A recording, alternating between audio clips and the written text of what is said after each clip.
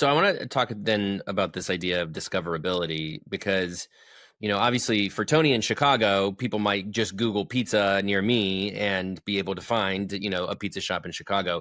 But this idea that, again, TikTok and Instagram become so key to discoverability. Megumi, in your guys' research and what you've seen with your partners, your influencer partners, how does that discoverability happen on these social channels? What is key to getting the attention of a potential customer and then bringing them into a restaurant?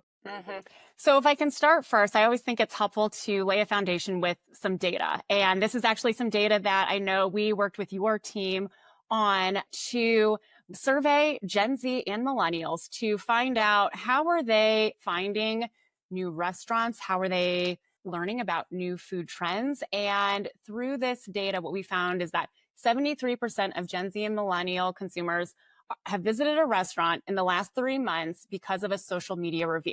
So I think that's really important to know. That is where they are going. And even more so, 55% of these consumers say that social media reviews are the top reason that they would try a restaurant.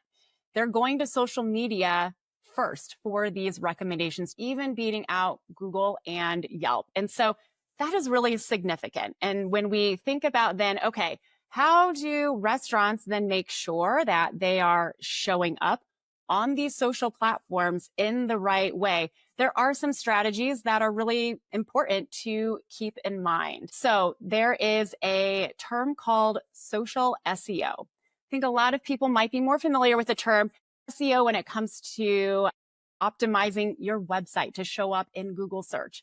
Well, what we're seeing is that social SEO, which means optimizing your social media content for showing up on Instagram, on TikTok, we want to place the same type of emphasis and thought into that as you would for your website. You want to think about the content and be really strategic and thinking about what are the questions that consumers might be asking. So using your example, Sam, where can I find great pizza in Chicago? Where can I find great pizza in general? What are the types of questions that people are going to be asking? And ensuring that as you are creating your content, you are thinking about those keywords and phrases in the captions, in the voiceovers, even down to like the thumbnail images and the alt text within the content that you are posting.